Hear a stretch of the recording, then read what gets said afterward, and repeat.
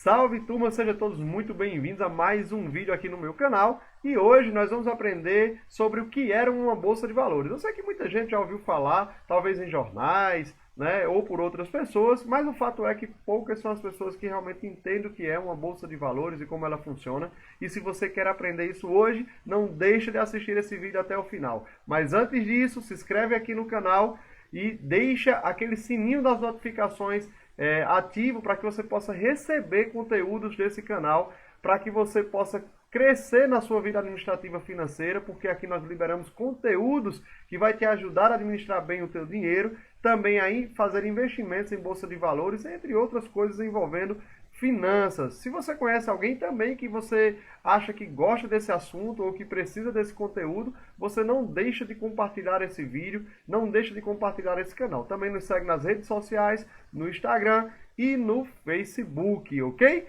Bom, então, Anaelson, o que de fato é uma bolsa de valores? Eu já ouvi falar, mas eu tenho muita dúvida, né? Então, a bolsa de valores nada mais é do que um mercado de negociações. Como assim? Você pode me explicar? Eu vou te dar um exemplo que vai deixar você totalmente entendido daquilo que é uma bolsa de valores. Imagina aquelas feiras que nós temos, as feiras livres que nós temos muitas vezes em bairros, muitas vezes em uma cidade, né? Aquelas feiras onde as pessoas vão vender verduras, vão vender frutas. Então, nada mais é a bolsa do que uma feira daquela, um mercado daquele. Uma feira daquela é um ambiente onde as pessoas elas vão comprar e elas vão vender produtos. E o mercado de ações, o mercado de negociações, a bolsa de valores, né, nada mais é do que um ambiente propício a vender, né, e a comprar vários produtos. Então, quando nós vamos para a bolsa, nós vamos com o intuito de vender e comprar vários produtos, assim como funciona em uma feira livre. Aí você pode parar e dizer, tá, né, eu entendi, mas aí surgiu algumas dúvidas. E dessas dúvidas eu separei algumas que possam ter surgido na sua mente, né? A primeira, o que você negocia, o que se negocia em bolsa de valores. A segunda, onde se negocia isso? Porque assim, a minha feira eu vou aqui perto de casa, mas a bolsa, como é que eu faço? Qual o papel da bolsa? O que é que ela faz? O que é que ela tem que fazer? Né? Qual é o papel, o objetivo dela também? Ela é uma empresa, né? Só existe uma no Brasil e uma no mundo. Como é que funciona isso? Né? Então vamos responder essas perguntas e eu tenho certeza que trará esclarecimento para você. O que se negocia na bolsa? Na bolsa se negocia produtos, né? Esses produtos são chamados de ativos, ok? E aqui eu listei alguns que talvez você até conheça, ouviu falar sobre alguns deles. Nós temos lá para ser negociados ações de empresas, contratos futuros, opções, commodities, fundos imobiliários, juros, renda fixa e ETFs. Ok? Nós vamos aqui na frente falar um pouco mais sobre alguns desses aqui, mas são esses tipos de produtos que se negociam dentro da Bolsa de Valores, a qual nós damos o nome de ativos. E onde se negocia? Eu preciso ir até a Bolsa em São Paulo para negociar? Não! Hoje nós temos uma plataforma online, nós podemos negociar onde nós estivermos, em qualquer lugar do mundo, através da internet, né? E você precisa, para acessar a Bolsa, de uma corretora. Qual é o papel da bolsa? A bolsa ela tem como obrigação ou como papel promover um mercado que tenha regras, que tenha um ambiente seguro e transparente e que ela também seja ética e rápida em divulgar as informações detalhadas. Porque imagina assim, você vai no mercado e você vai começar nesse mercado, nessa feira pública que você tem perto da sua casa, e você vai começar a negociar flores e você paga R$10 para vender flores naquele mercado. Mas se chega as pessoas que vendem carne, e agora que elas pagavam 10, agora elas começam a pagar R$5 para poder colocar a sua banca para vender carne. Ora, você concorda comigo que isso não seria muito justo para você que está vendendo flores? Você teria que procurar o setor administrativo daquele mercado, seja municipal ou não, e perguntar por que quem vende carne paga menos do que quem vende flores. E ele teria que divulgar essas regras, deixar isso bem claro para você, mostrar dados para que comprove as decisões que ele está tomando. Então a bolsa ela tem esse papel de criar regras bem definidas, né, e que isso seja claro para todos os seus participantes, para que nós possamos entrar e negociar de uma maneira segura, sabendo que não há privilégios, tá bom? Ela é uma empresa? Sim, né, às vezes ela pode ser uma sociedade civil, né, ou seja, sem lucrar, e na maioria das vezes ela é uma sociedade anônima, ou seja, visando lucro, tá certo? Quando ela é uma sociedade anônima, você pode estar negociando ela também. Então vamos pegar aqui a Bolsa de Valores, vamos pegar o exemplo das ações de empresas, vamos pegar ações da Petrobras. Então as ações da Petrobras, elas são negociadas em Bolsa de Valores, porque a Petrobras é uma empresa, mas a própria Bolsa, ela é também uma empresa. Então ela pode ser uma sociedade anônima, colocar as ações dela para ser negociada dentro dela mesma. E no caso da de São Paulo, lá do Brasil, você consegue negociar as ações da própria Bolsa da B3, tá certo? Só existe uma no Brasil e uma no mundo, ou uma no mundo. Como é que funciona isso? Não, cada país tem sua própria bolsa ou suas bolsas, isso depende de cada país. No Brasil nós temos uma bolsa única centralizada, que é a B3, mas, por exemplo, aqui nos Estados Unidos nós temos várias bolsas, né, como a Nasdaq, né, e nós temos aqui o conglomerado dessas bolsas foi a habilidade de Wall Street. Wall Street é como se fosse a conjuntura do mercado financeiro americano, né? Na verdade, Wall Street é uma rua lá de Nova York, ok? Mas tem países que têm suas bolsas por estado ou várias bolsas independentes, né? Outras privadas, outras sociedade civil, como disse, né? Isso depende de cada país, ok? Vamos seguir aqui. Aí você pode dizer assim, Anaelson, a Bolsa de Valores no Brasil, como é que ela funciona? Bom, é sobre isso que nós vamos tratar e vamos focar apenas na Bolsa do Brasil. Antes de qualquer coisa, vamos aprender sobre a história da Bolsa de Valores, ok? Bem rapidinho, vamos passar aqui. A Bolsa Livre foi fundada em 23 de agosto de 1890 pelo presidente Emílio Rangel Pestana. Em 1935, seu nome foi alterado, passando para a Bolsa Oficial de Valores de São Paulo. E com as reformas implementadas no sistema financeiro nacional entre 65 e 66, as bolsas assumiram a característica institucional. Veja que agora nós falamos das bolsas. Por quê? Teve um período no Brasil em que as bolsas, nós tínhamos uma bolsa por cada estado, tá certo? E quando foi em 2000, houve um acordo de integração, mas nós não tínhamos mais uma bolsa por estado, elas foram fechando. E quando foi em 2000, as 9 bolsas que restaram, elas fizeram um contrato, né, de integração e todas elas que ainda estavam ativas, tornando-se uma bolsa só. Em setembro de 2005, houve o fim do pregão Viva Voz, tornando a bolsa totalmente eletrônica. Talvez você lembre, né, algumas fotos como era o mercado financeiro, você via homens com celulares bem grandes, né, e gritando, eu compro tal, eu compro Petri 4, eu compro 200 de Petri 4 a tanto, né, e gritando, e o outro respondia aquela zoada, aquele barulho, aquele, né, que nós vimos em jornais, né? E isso em 2005 acabou tornando a bolsa totalmente eletrônica. Então você não negociava mais no grito, você não negociava mais na voz, você negociava agora totalmente pelo computador. E em 2006 iniciou-se o pregão eletrônico, né? 100% doméstico, 100% doméstico, né? Onde agora você pode estar operando da sua casa, né, em qualquer lugar do planeta, desde que você tenha internet, ok? E que siga as regras, óbvio, para que você possa entrar no mercado e negociar, tá bom? Em 2017 ocorreu a abertura de capital IPO da empresa coligada, ou seja, a empresa, a própria bolsa começou a ser negociada em 2007 dentro dela mesmo, e 26 de março de 2008 a Bovespa anunciou oficialmente o início do processo da fusão com a BMF e tornou-se a B3, que é a Bolsa de São Paulo que nós conhecemos hoje, né? Está sediada em São Paulo, mas é a Bolsa do Brasil, a B3, ok? Então, para você ter um entendimento melhor sobre o sistema financeiro, eu trouxe aqui uma figura para você, tá? E essa figura aqui vai trazer um entendimento como é o sistema financeiro do país. É importante entender, poucas pessoas conhecem isso. Acima de tudo, nós temos aqui o Conselho Monetário Nacional, né? A CMN, normalmente é formado pelo ministro da Economia, né, e pelo presidente da República e alguns conselheiros. Isso depende, tá? Depende de como é que vai ser a política monetária do país, mas isso aqui é o órgão principal que está acima de todas as coisas, que toma as decisões. Abaixo dele, nós vamos seguir primeiro por esse caminho aqui para baixo, depois é que nós vamos seguir aqui para a direita, mas abaixo dele aqui nós temos o Banco Central do Brasil, né? O famoso Bacen, né? Esse aqui é a maior autoridade monetária do país, é o Banco Central, né? E ligado a ele nós temos o Banco do Brasil, né? Que muitas vezes nós somos coligados a ele, ou somos clientes do Banco do Brasil, vamos colocar aqui, né? E estamos ligados ao Banco do Brasil. Você pode estar aqui ligado ao Banco do Brasil, é um banco estatal, ok?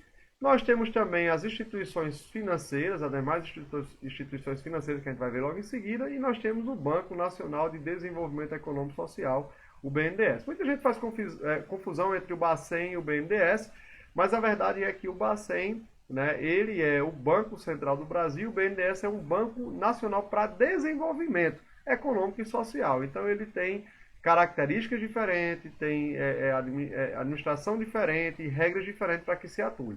O Banco Central é a maior autoridade e o BNDES é um banco para desenvolvimento. Né? Nas instituições financeiras, nós temos aqui ligado a ela, o que são elas? São os bancos de investimento, sociedade de crédito, financiamento e investimento, bancos comerciais, bancos de desenvolvimento, nós temos também bancos múltiplos, e aí são os bancos que nós conhecemos, os bancos comerciais, são aqueles bancos que nós temos contas, são os bancos privados, né? E nós estamos aqui embaixo, ó, de cada um desses aqui, nós estamos aqui consumindo os produtos desses bancos, ok?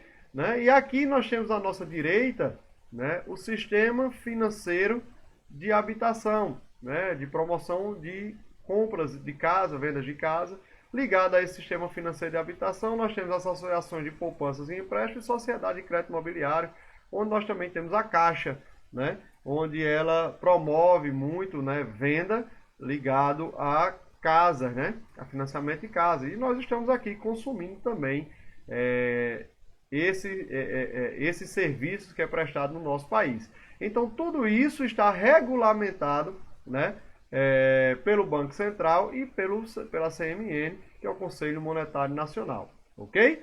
Bom, aqui na nossa direita, pegando aqui a direita aqui, onde está essa seta que eu coloquei agora, nós podemos enxergar, né? Nós vamos focar agora nessa parte aqui, ó, que é a parte da Bolsa de Valores, certo? Como é que funciona esse sistema de investimentos e câmbio no país? Nós temos a Comissão de Valores Mobiliários, ou seja, a CVM, ela é responsável, né, por toda a parte de negociações que acontecem em bolsa, ela cria regras, ela controla a bolsa, porque a bolsa, ela, como é uma sociedade anônima, ela também precisa ser vigiada e precisa ter regras, né, onde quem regulamenta essas regras é a Comissão de Valores Mobiliários, a CVM, ok? Ligado aqui à CVM, né, nós temos aqui a Bolsa de Valores, né, BMF Bovespa, né, ligado aqui à CVM, nós temos a Bolsa de Valores e nós temos também a Companhia Brasileira de Liquidação e Custódia, que também está ligada com a Bolsa, né? Essa Companhia Brasileira de Liquidação e Custódia são empresas que geram liquidação para as negociações em Bolsa, né? E a Bolsa de Valores, a B3, quem está ligado a ela são as sociedades distribuidoras e, o mais importante para nós aqui, as sociedades corretoras. Então, veja, as corretoras, elas estão ligadas, né, elas estão totalmente ligadas à Bolsa de Valores, né, também ligada, de certa forma, com as empresas aqui e as sociedades, né, mas ela tem uma ligação com a Bolsa. Então, tudo aquilo que é negociado em Bolsa, né, por nós, investidores, você precisa passar por uma sociedade corretora, que são as corretoras. Então, você ou eu, nós que somos investidores que estamos aqui embaixo, para negociar a Bolsa de Valores, nós precisamos passar por uma corretora. Então, nós estamos aqui embaixo, vou pintar de amarelo aqui, ó, nós consumimos ou investimos a partir daqui, ok? Então, esse é um organograma do nosso sistema financeiro. É importante você conhecer isso e saber que tudo que acontece em Bolsa é vigiado, é regulamentado e não é de toda forma que é feito, ok? Então, vamos continuar seguindo aqui sobre o nosso conteúdo. Deixa eu limpar aqui a imagem, né? E vamos continuar com o nosso conteúdo. Bom, e você pode pensar assim, por que alguns compram enquanto outros vendem? A questão que você tem que ter é que você precisa entender que são milhares de pessoas que compram e vendem. E deixa isso o preço volátil. Antes mesmo de você perceber por que elas compram e por que elas vendem, você precisa entender isso. Existe gente comprando e existe gente vendendo todos os dias e faz com que o preço ele se movimente. Para você entender isso melhor, você precisa entender a lei da oferta e da procura, né? Ou seja, da demanda, né? Aquela que é a demanda e aquilo que é a oferta. Vamos pegar o exemplo do mercado aí próximo à sua casa, do seu bairro, da sua cidade. Vamos imaginar que dentro desse mercado você vai lá comprar peixes, certo? Só para você entender, isso vai explicar um pouco na frente, já vou explicar agora. Vamos imaginar que você vai lá comprar peixe, né? Então você vai comprar especificamente o bacalhau. Quando você vai comprar o bacalhau, você está comprando o quilo do bacalhau a R$ 20. Então você chega lá, uma vez por semana você vai lá comprar peixe, você compra bacalhau e está por R$ 20, né? Então imagine agora que existe muita gente vendendo peixe, ou seja, muitas pessoas na venda, né? Mas a demanda pela procura do bacalhau não está tão forte assim, mas tem muita gente vendendo, ou seja, maior a concorrência.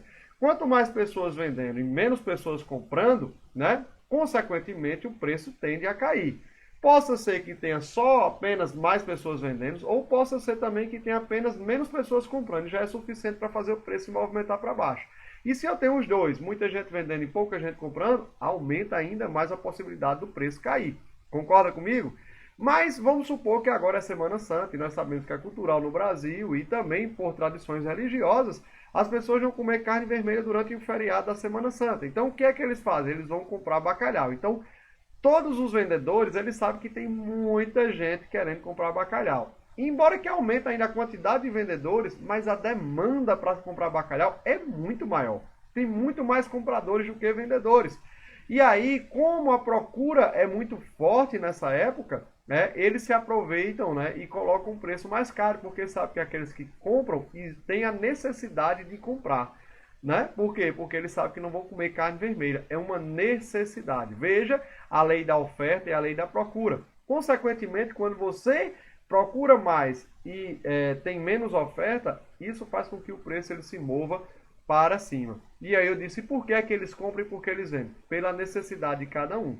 Veja que aqui o exemplo que eu dei, ele precisava comprar peixe porque a carne era vermelha. Ah, beleza, tudo bem. Mas no mercado, como é que isso funciona?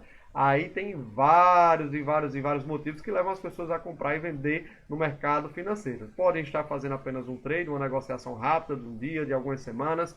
Outros podem estar se defendendo de alguma coisa. Uns podem estar importando e colocando dinheiro lá para se segurar o dólar, fazendo o que a gente chama de hedge. Isso a gente vai ver em outras aulas, mas existem vários motivos. Podem ser fundos, bancos que estão operando com o dinheiro do próprio banco, com o dinheiro de clientes, fazendo com que tenha rentabilidade para os seus clientes.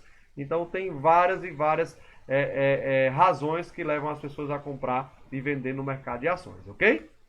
Bom, e quais são os mercados que nós temos dentro da Bolsa de Valores, né? Primeiro a gente tem que definir o que é mercado. Mercado é um ambiente para negociar um ou mais produtos chamados de ativos, ok? A gente já falou sobre isso, né? Que são os produtos dentro do mercado, são chamados de ativos. Nós citamos já alguns para vocês desde o começo, né? E nós vamos pegar especificamente alguns para a gente poder trazer um pouco mais de especificidade para aquilo que você está aprendendo hoje. Primeiro que nós vamos pegar aqui são os fundos imobiliários. Talvez você já ouviu falar, né? Já ouviu falar em HGR 11, VRTA 11, HGLG 11, BRCR 11. Fundos imobiliários nada mais é do que você comprar o direito de se tornar sócio, né, de um fundo a qual administra, por exemplo, vários shoppings.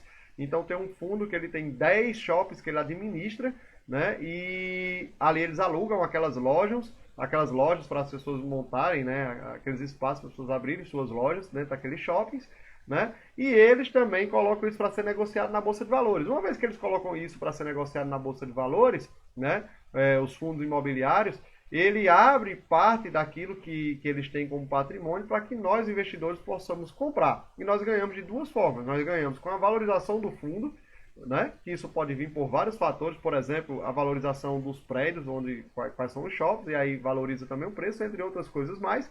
Mas nós também podemos ganhar todos os meses com aluguel, porque ali são lojas que estão alugadas, e você pode estar ganhando dentro da sua parcela, ser realmente sócio daquele fundo imobiliário e ganhar todos os meses uma parcela do aluguel dessas lojas, desses shoppings. Entre outros mais, galpões, prédios comerciais, e aí tem uma infinidade de coisas de fundos, ok?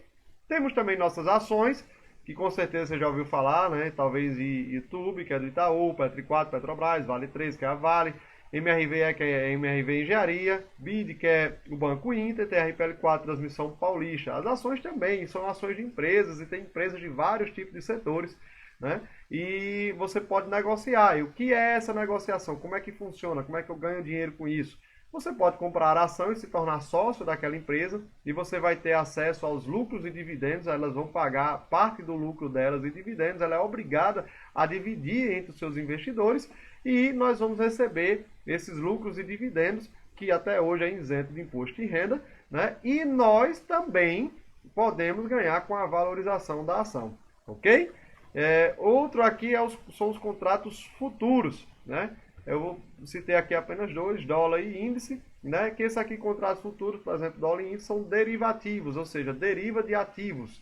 Os ativos que nós falamos, então eles derivam do preço dos ativos para que eles possam variar os seus preços também, tá certo? Isso aqui é muito negociado em day trade, né? As pessoas negociam o dólar e o índice, né? E nós vamos estar com muitos conteúdos falando sobre isso mais na frente. Isso aqui é só para você ter um breve conhecimento do que é negociado. Ok? Bom, eu achei importante colocar isso aqui. A formação dos preços. Como é que os preços se formam, né? A primeira coisa que você tem que entender é a definição de preço. É a relação de troca de um bem por outro. Então, a relação, quando você troca um bem por outro, né, ali você se calcula, você chega ao preço. E ele é definido pela lei da oferta e da procura, como eu já expliquei antes para vocês. A lei da oferta e da procura, né, é o que vai determinar a quantidade de compradores e de vendedores e a necessidade de cada um deles é que vai determinar, né, mais ou menos o preço ou como ele vai estar negociando, tá certo? Mas cuidado, isso aqui você não... É difícil você achar um conteúdo na internet que vai te ensinar isso. Cuidado com isso. Preço, ele não é valor, tá certo? Preço é uma coisa, valor é outra. Preço é a relação de troca de um bem para o outro. Tá, Nelson, o que é valor? Valor é a medida variável de importância, preste atenção, importância que se atribui a um objeto ou serviço que, embora condicione o seu preço monetário, frequentemente não lhe é idêntico. Ou seja, esse valor ele pode até induzir o preço, mas que frequentemente ele não é idêntico. O valor realmente e o preço. Então, para você entender isso, eu vou te dar um exemplo. Imagina uma caixinha, aquelas caixinhas de joias, bem antigas que tinha uma bailarina dançando em cima, né? E vamos supor que aquilo não tenha valor nenhum para ninguém. Mas essa caixinha foi dada a você pela sua família e passou da sua mãe, da sua avó, do seu bisavó, não sei. E isso tem um valor muito grande para você. É certo que monetário talvez ele não tenha, talvez as pessoas não queiram pagar por aquela caixinha, ou talvez queiram pagar barato pelaquela caixinha. Por quê? Porque elas estão vendo aquilo ali, né, uma relação de troca de um bem pelo outro. Mas para você existe um valor intrínseco daquilo ali, que talvez nenhum valor monetário pague aquilo. Então veja que há uma diferença entre valor e preço. Por isso que você vai ver muitas das pessoas falando: ah, as ações estão baratas, as ações estão caras. Sim, mas o que é barato? O que é caro? É quando cai? Não, tem que saber qual o motivo que caiu. Por exemplo, vamos supor que as ações da Petrobras elas caíram 10%, porque o preço do petróleo caiu ou alguma coisa aconteceu, né? Algum fator externo. Então a Petrobras caiu. Mas a Petrobras, ela não diminuiu 10% dos seus clientes, a Petrobras ela não diminuiu 10% dos seus empregados, a Petrobras não diminuiu 10% da sua produção, ela continua ativa, mas algum fator externo, corriqueiro, alguma coisa que aconteceu, uma notícia, derrubou ações daquela empresa. Então ela valia 30, por exemplo. Se ela caiu 10%, ela caiu para 27%.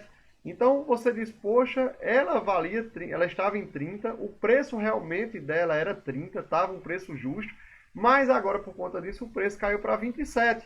Bom, o preço caiu, mas o valor dela continua a 30. Então ela está barata em relação ao valor dela. Isso significaria uma oportunidade de compra, ok? Então eu espero que você tenha aprendido aqui sobre Bolsa de Valores e que esse conteúdo lhe sirva. Mas se você gostou, não deixa de deixar o seu like, de se inscrever nesse canal e ativar os sininhos de notificação. Um abraço e até o próximo vídeo.